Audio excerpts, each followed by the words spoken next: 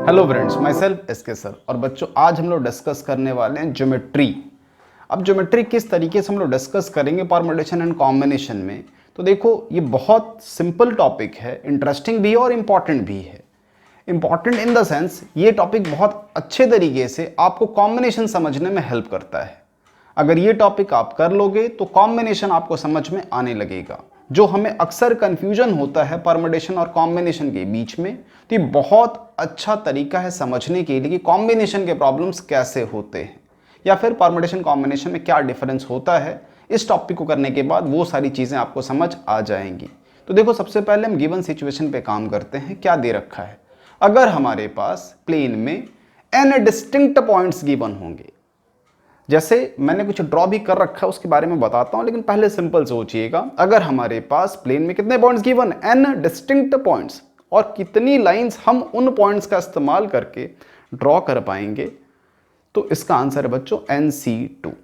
बहुत सिंपल सा है, समझिएगा। जैसे सपोज 1 2 3 तीन पॉइंट्स हैं, तो कितनी लाइंस हम ड्रॉ कर पाएंगे? तो देखो 1 2 3, तो इसका आंसर है 3C2 which is equal to 3। अगर आप 4 पॉइंट ले लोगे 1 2 3 4, बस ये ध्यान रहे all points should be non collinear. Collinear नहीं लेना है, अदरवाइज कोलिनियर लोगे तो एक ही लाइन बनेगी हमेशा। तो पॉइंट्स अगर नॉन कोलिनियर है तो फिर लाइन का काउंट बढ़ता चला जाएगा। अगर आप एक और बढ़ा लोगे तो ये देखो, एक और लाइन बढ़ गई, एक और लाइन बढ़ गई, एक और लाइन बढ़ गई। अब आप काउंट करके देखो, you will be getting 6 number of lines, 4C2। तो बहुत सिंपल तरीका है यार। कभी भी पॉइंट्स का इस्तेमाल करके हमें लाइन्स ड्रॉ करनी होंगी तो फॉर्मूला क्या बनता है? NC2। अब बच्चों, थोड़ा सा ट्विस्ट क्या है, ये तो कोई नहीं आपको सारा का सारा पॉइंट कोलिनियर बना के देगा जिससे कि आप आंसर फटाफट लिख दो NC2। ट्विस्ट क्या है? Out of those n points, m points are collinear. तो सिचुएशन ये है, total number of lines formed आपको बतानी है, और ये गिवन है बच्चों, given n points in a plane where m points are collinear. तो इस पिक्चर को जरा ध्यान से देखना। तो मैं नंबरिंग कर देता हूँ, जैसे पहला पॉइंट, दूसरा पॉइंट, ये third point, fourth, fifth, sixth और सेवंथ। मैंने इस प्लेन में 7 पॉइंट्स लिए हुए हैं। Out of these 7 points 3 points are collinear. तो देखो बच्चों, इन तीनों पॉइंट से हमेशा आपको एक ही लाइन मिलेगी। मिलनी कितनी चाहिए थी 3 पॉइंट का इस्तेमाल करके? 3C2, 3 लाइंस मिलनी चाहिए थी, और मिलनी कितनी है? 1। तो इस क्वेश्चन का आंसर क्या होना है? तो पहले आप ऑल पॉसिबिलिटी लिखते हो, that is equal to what, how many points are there? NC2 और माइनस उस 3 पॉइंट ने, या फिर कह सकते हो m कोलिनियर पॉइंट ने काउंट को खराब कर दिया। तो उनकी वजह से जितनी लाइंस बनने वाली थी अब तो नहीं बनने वाली, तो माइनस MC2। और एट लास्ट सोचो, एक लाइन तो वो दे जाएगा ना यार। जो m कोलिनियर पॉइंट हैं उनसे ऐसा तो नहीं होगा कि भाई एक भी लाइन नहीं मिलेगी, एक लाइन तो है सर, तो लास्ट में 1 ऐड करोगे तो आंसर है। तो आप इसको थियरी समझ सकते हो या फिर क्वेश्चन की तरह भी ट्रीट कर सकते हो। तो आई विल रिकमेंड कि आप इसको क्वेश्चन की तरह ही ट्रीट कीजिए। इसमें कोई थियरी जैसा कुछ नहीं है, सारी चीज़ें मैं आपको एज अ क्वेश्चन ही समझा रहा हूँ। क्लियर है? अगला देखिएगा, ये मैं मिटा देता हूँ, इसकी ज़रूरत नहीं है अब हमें। अब पूछा किसी ने, how many triangles will be formed. तो फिर से बच्चों, अगर सारे के सारे पॉइंट्स नॉन कोलिनियर होते तो आंसर होता NC3। NC3। अगर सारे के सारे पॉइंट्स नॉन कोलिनियर हैं तो NC3, कोई मना नहीं करेगा। But here 3 points are collinear, तो उनकी वजह से जो ट्रायंगल का कंट्रीब्यूशन होना था, उनकी वजह से, उन 3 पॉइंट्स की वजह से ट्रायंगल जो बनना था अब तो नहीं बन पाएगा, तो माइनस MC3। और वो 3 पॉइंट मिलके एक भी ट्रायंगल नहीं दे पाएंगे, वो तो स्ट्रेट लाइन देने वाले थे, तो इसलिए हम यहाँ +1 परफॉर्म नहीं करते। तो होप बच्चों ये भी समझ आ गया होगा आपको। अब बच्चों बात करते हैं, how many quadrilaterals will be formed.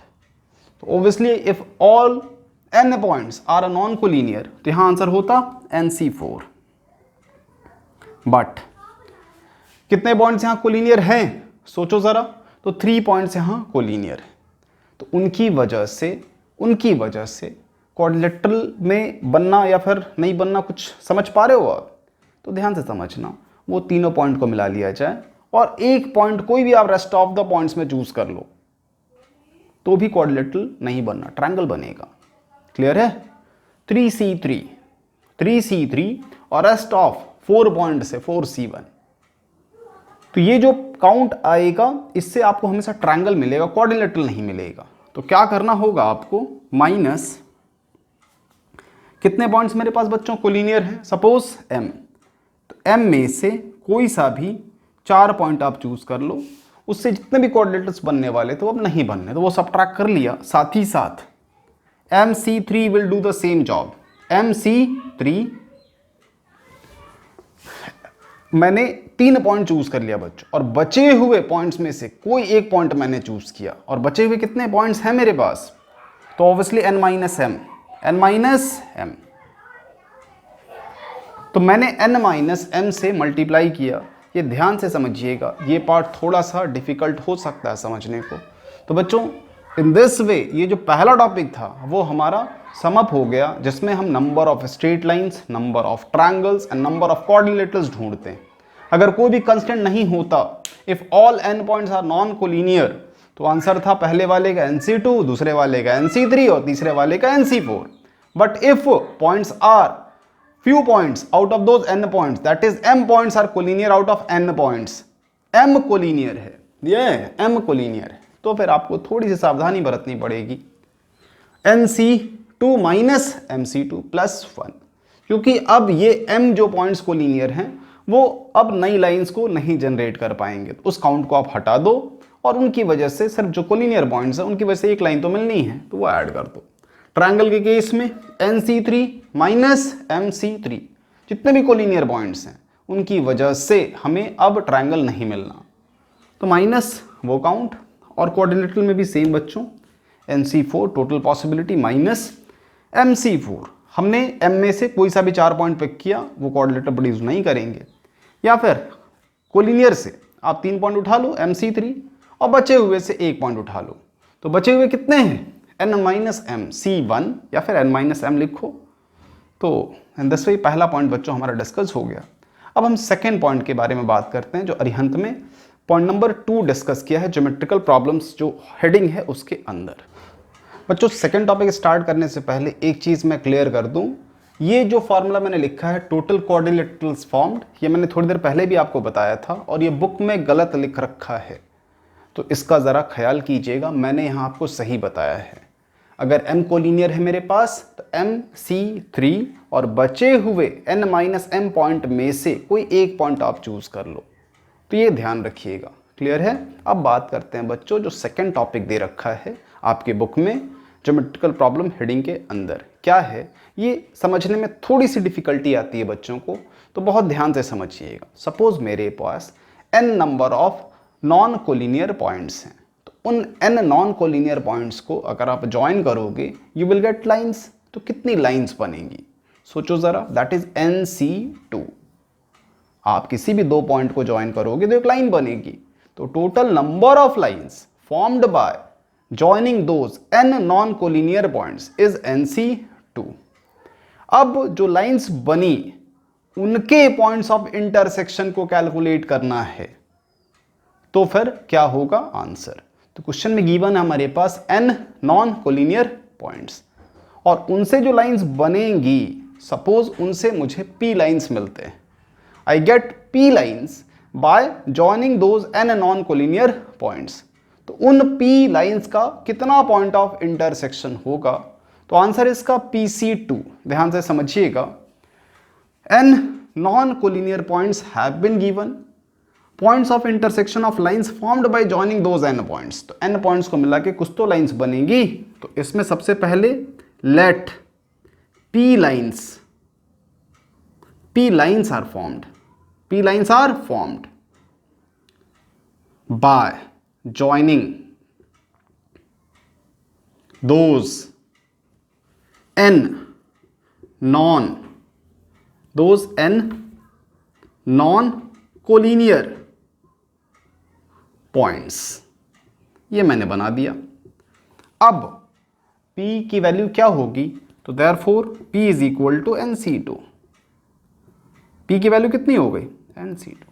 अब सोचो अगर आपके पास p लाइंस हैं, और ये ध्यान रखिएगा these p lines must not be parallel, इसमें पैरेलल नहीं आना चाहिए।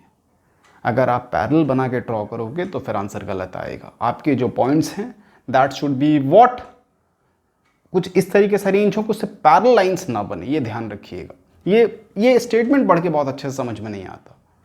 तो मैंने आपको बता दिया, जो भी आप पॉइंट्स लोगे नॉन कोलिनियर होना चाहिए, और उनसे जो लाइंस बननी चाहिए, अलग से बता रहा हूँ, उनसे जो लाइंस बननी चाहिए वो सारी लाइंस कैसी होनी चाहिए, एक दूसरे से नॉन पैरेलल। अब उन पी लाइंस जो बनी है नॉन पैरेलल, इनसे कितने पॉइंट्स ऑफ इंटरसेक्शन जनरेट होंगे? तो points of intersection of P non parallel lines will be PC2। इसका जवाब हो गया बच्चे PC2। तो ये सेकेंड टॉपिक जो है उसका फर्स्ट पार्ट था, ये फर्स्ट पार्ट। इसका सेकेंड पार्ट समझते हैं। इसके सेकेंड पार्ट में क्या हमें बताया गया है एज अ थियरी, कितने डायगोनल्स बनते हैं किसी पॉलीगॉन में। तो अगर आपके पास एक पॉलीगॉन दे रखा है, उसमें डायगोनल का काउंट पूछा जाएगा, तो आप कैसे कैलकुलेट करोगे? तो ऑब्वियसली हमें सबसे ज़्यादा किस चीज़ की ज़रूरत होगी, कितने पॉइंट्स हैं, कितने वर्टाइसेस हैं उस पर्टिकुलर पॉलीगॉन में। तो अगर आपके पास पॉलीगॉन में n पॉइंट्स हैं तो कितनी लाइंस बनती हैं यार उन n पॉइंट्स को ज्वाइन करने से? NC2। तो total number of lines present in that polygon will be NC2। तो सबसे पहले तो ये लिख देता हूं, if a polygon has n points then total lines मतलब साइड और प्लस डायगोनल कितना हो जाएगा? NC2। और आपको भी पता है साइड्स कितनी होनी है, अगर आपके पास पॉलीगॉन में n पॉइंट्स हैं, n कॉर्नर्स हैं, तो साइड्स कितना होना है? n। तो फिर डायगोनल कितना बचना है? NC2 minus n। ये टोटल हो गया। देयरफॉर डायगोनल काउंट कितना होना है? NC2 minus n। तो ये बच्चों हमारा B पॉइंट भी यहाँ कंप्लीट हो गया। अब बच्चों बात करते हैं C एंड देन D, और बता दूं वंस वी कंप्लीट दिस, जो भी न्यूमेरिकल्स दे रखे अरिहंत में वो भी मैं आपको करा दूंगा, ठीक है? बस पहले हम थ्योरी समझ लें बहुत अच्छे से, क्योंकि थ्योरी समझ जाओगे तो प्रॉब्लम फटाफट बन जाएगा। अब बच्चों बात करते हैं टॉपिक C में क्या दे रखा है। बच्चों पॉइंट नंबर C फ्यूजन है लाइन का और प्लेन का। इसमें हमें एक काउंट कैलकुलेट करना है कि अगर हम n नंबर ऑफ लाइंस किसी प्लेन में ड्रॉ करते हैं such that none of the line is parallel to one another, तो फिर वो सारी लाइंस उस पर्टिकुलर प्लेन को कितने हिस्से में बांटती है। तो इसके फॉर्मूले को लिखने से पहले समझने की कोशिश करते हैं हम रफली। जैसे सपोज ये प्लेन है मेरे पास, ये बोर्ड ही एक प्लेन है, आप एक लाइन खींचोगे तो इसके कितने टुकड़े हो गए? By default 2।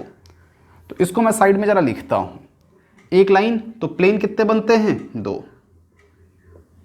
लाइन का काउंट 1 है, लाइन 1 है, यहां 1 लिख देते हैं। अगर 2 लाइंस होती हैं तो देखो प्लेन कितने बनते हैं फिर? 1 2 3 4, दिख रहा है? 4 हिस्से में ये प्लेन बढ़ गया। अगर आप 3 लाइन लोगे, 3 लाइन सपोज कुछ ऐसे लेते हैं। अब आप काउंट करके देखो प्लेन कितने टुकड़े में बट रहा है। इसको थोड़ा सा आप एक्सटेंड करोगे, देखो 1 2 3 4 5 6 7। तो समझने की ज़रूरत है, 3 + 2 5 + 1 6 और एक एक्स्ट्रा 1 है 7। यहाँ पर 4 2 + 1 3 और एक एक्स्ट्रा 1 है 4, 1 एक एक्स्ट्रा 1 है। तो हम ऐसा लिख सकते हैं यार, जितनी लाइंस होंगी, जैसे सपोज मेरे पास 3 लाइंस है तो समेशन ऑफ 1 + 2 + 3 समेशन k, और कहाँ से कहाँ तक? k = 1 2 3, और एक्स्ट्रा मुझे क्या लेना है बच्चों? 1 प्लस।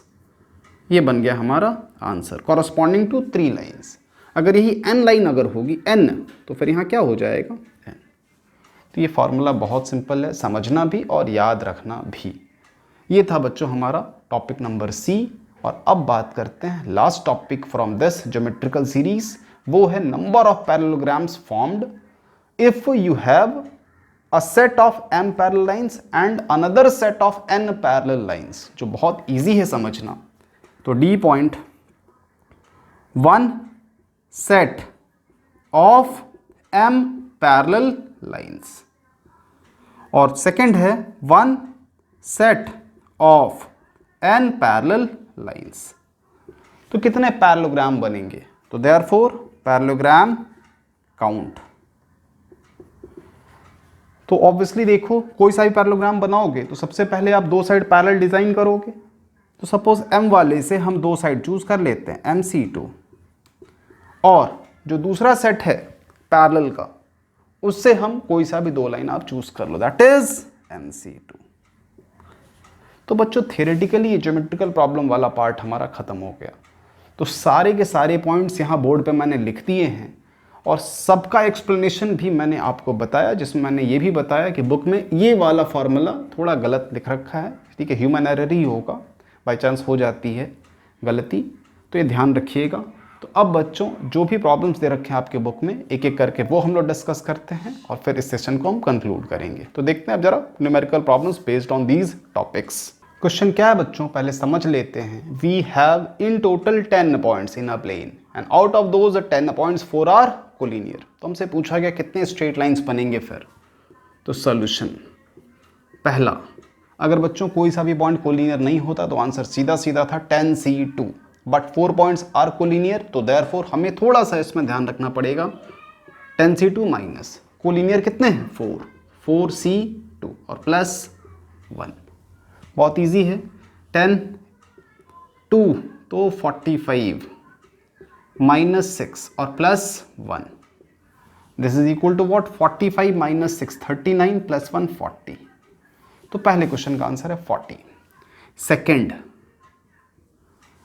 क्या पूछा है, नंबर ऑफ ट्रायंगल्स फॉर्म्ड। तो ट्रायंगल टोटल 10C3, अगर कोई कंस्टेंट नहीं होता तो, बट 4 कोलिनियर हैं तो -4C3 -4C3, और तो कुछ नहीं कर सकते, बस सही है। This is equal to what, 10C3 10 into 9 into 8 upon 6 -4, this is equal to what, 3 दूना 6 3 तिया 9 2 चौके 8, ठीक है 12 120 में से 4 गया 116। तो ये सेकेंड का answer 116, number of triangles formed. और थर्ड, क्वाड्रिलेटरल्स कितने बनेंगे बच्चों। तो क्वाड्रिलेटरल क्या होगा, 10C4 माइनस 4 के 4 एक भी क्वाड्रिलेटरल तो प्रोड्यूस नहीं करेंगे, 4C4 और प्लस उनमें से कोई 3 पॉइंट आप चूज कर लो यार, कोई 3 ले लो, तो 4C3, और बचे हुए पॉइंट्स में से, यही मैंने बोला था बुक में थोड़ा सा गलत लिखा है, बचे हुए पॉइंट्स कितने हैं, तो 6 हैं, 6 में से कोई एक चूज कर लो आप। This is equal to what, solve करें इसको, 10C4, सो 10 इंटू 9 इंटू 8 इंटू 7 और upon 4 factorial, that is 4 3 2 minus, ये ब्रैकेट के अंदर तो सिंपल है 1 है ये, this is 4 this is 6, 24 plus 1 25, this is equal to what, 4 2 जा 8 3 3 जा 9 2 1 0 माइनस 25 15, तो 185। तो थर्ड पार्ट का आंसर है बच्चों 185। तो यार पहला क्वेश्चन बहुत सिंपल था। जो दूसरा क्वेश्चन है बच्चों जो बुक में दे रखा है, उसमें एक परम्यूटेशन बेस्ड कैलकुलेशन है, उसको करने के बाद पूछा है how many points of intersection will be there corresponding to the value of n, जो n आ रहा है और वो 6 है। देखो परम्यूटेशन सॉल्व करना बहुत ईजी है, तो सिंस हम लोग सिर्फ यहाँ ज्योमेट्रिकल प्रॉब्लम्स की बात कर रहे हैं तो उस न्यूमेरिकल सॉल्विंग के ऊपर हम नहीं जा रहे हैं, तो मैं सिंपल क्वेश्चन ले रहा हूँ, out of 6 lines how many points of intersection will be there if all those 6 lines are not parallel to one another. तो 6 नॉन पैरेलल लाइन्स, ठीक है, तो पॉइंट ऑफ इंटरसेक्शन क्या होगा, POI कितने होंगे, तो इसका आंसर क्या होगा 6C2 6 5 30 बाई 2 15। और इसी कंटिन्यूशन में एक और दे रखा है 7 नॉन पैरेलल लाइंस, तो पॉइंट ऑफ इंटरसेक्शन इसमें अगर 7 नॉन पैरेलल लाइंस तो फिर पॉइंट ऑफ इंटरसेक्शन कितना होगा 7C2, तो 7 गुने 3 21। तो बच्चों पहला क्वेश्चन बहुत इजी है। इजी क्या है यार, अगर आप थ्योरी समझ जाओगे तो क्वेश्चन में इसमें कुछ दम होता ही नहीं, चीज़ें बहुत सिंपल हो जाती हैं। और बच्चे जो एक दो न्यूमेरिकल्स बचे हैं चलो वो भी देख लेते हैं, ठीक है, ये लिख लेना और कोशिश करना समझने की। कुछ भी दिक्कत लगे तो आप कमेंट करके भी पूछ सकते हो, या फिर एक बार वीडियो वापस रिवाइंड करके देखना, थ्योरी समझ जाओगे, प्रॉब्लम्स बन जाएंगे। देखते हैं नेक्स्ट क्वेश्चन बच्चों। ये क्वेश्चन भी बहुत सिंपल है बच्चों। क्या दे रखा है? Interior angle of a polygon is 150 degree. तो देखो, अगर नंबर ऑफ साइड आपको कैलकुलेट करना है using the concept of interior angle, तो क्या करना पड़ेगा? 180 माइनस 150 दैट इज 30 डिग्री। आप 360 डिग्री को 30 डिग्री से डिवाइड कर दो, you will get number of side. तो ऑब्वियसली n की वैल्यू 360 अपॉन 30, 3 12, तो n की वैल्यू आ गई 12। अब नंबर ऑफ डायगोनल पूछा है, तो नंबर ऑफ डायगोनल के लिए फॉर्मूला क्या था? nc2 minus n, nc2 minus n। तो n की वैल्यू है मेरे पास 12, तो 12c2 minus 12 is equal to 12c2 minus 12, 66 minus 12 which is equal to 54। So ये वैल्यू आती है 54। तो देख पा रहे हो, once you understand the theory, question में कुछ भी होता नहीं। इसके अगले क्वेश्चन में देखो क्या दे रखा है। अगला क्वेश्चन है क्वेश्चन नंबर 4, उसमें डायगोनल काउंट गिवन है दैट इज 77 और पूछा नंबर ऑफ साइड्स कितने होंगे। अब डायगोनल देके नंबर ऑफ साइड पूछा है, तो गिवन है diagonal 77, then n equal to what? Number of side बताइए। तो फॉर्मूला हमें पता है ना, क्या लिखना है हमें? nc2 minus n is equal to 77, nc2 minus n is equal to 77। तो थोड़ा सा इस पे अब ये ज्योमेट्री की तो प्रॉब्लम नहीं है यार, इसको आप चाहो तो सॉल्व कर सकते हो, मैं करके दिखा देता हूँ। n into n minus 1 by 2 factorial minus n is equal to 77। This is n square minus n minus 2n equal to 154। This n square minus 3n minus 154 equal to 0। Quadratic equation solve करें तो 154 को चलो factorise कर लेते हैं। 154, 2 सत्ते 14, 1 2 सत्ते 14 और 7 11, ओबियसली 14 माइनस 11, यस। तो n square minus 14n plus 11n minus 154 equal to 0। n की वैल्यू कितनी आनी है बच्चों? 14। तो number of side equal to what? 14। ये क्वेश्चन भी हो गया। एक लास्ट क्वेश्चन बचा है बच्चों, वो भी देखते हैं और फिर सेशन को कंक्लूड करते हैं। बच्चों इस क्वेश्चन को मैंने थोड़ा सिंप्लीफाई करके लिखा हुआ, बुक का लैंग्वेज थोड़ा सा अजीब आपको लग सकता है, मैं क्वेश्चन एक्सप्लेन कर देता हूँ क्या दे रखा है। हमारे पास n गिवन लाइंस हैं, obviously all those n given lines are not parallel to one another. कोई भी लाइन एक दूसरे के पैरेलल भी नहीं है। अब उन सभी n लाइंस ने एक प्लेन को 67 पार्ट्स में डिवाइड कर रखा है। लाइन का काउंट गिवन नहीं है, बट उन सभी लाइंस ने प्लेन को 67 पार्ट्स में डिवाइड कर रखा है। ये 67 काउंट गिवन है, प्लेन का डिवीजन हुआ है इतने हिस्से में। Find the point of intersection of those n lines. अब वो n लाइंस एक दूसरे को इंटरसेक्ट कर रही होंगी तो पॉइंट्स पे कट हो रहा होगा, तो उस पॉइंट का काउंट हमें बताना है। तो इसमें कहीं ना कहीं बच्चों दो कंसेप्ट का मिक्सचर है ये क्वेश्चन।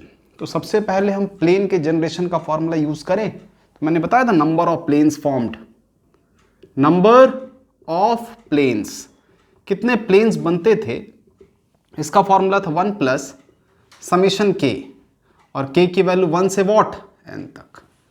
तो इस फॉर्मूले को अप्लाई करना पड़ेगा यार। तो 1 तो रहेगा और समेशन k का मतलब n into n plus 1/2 equal to what? 67। चलो इसको फटाफट सॉल्व करें।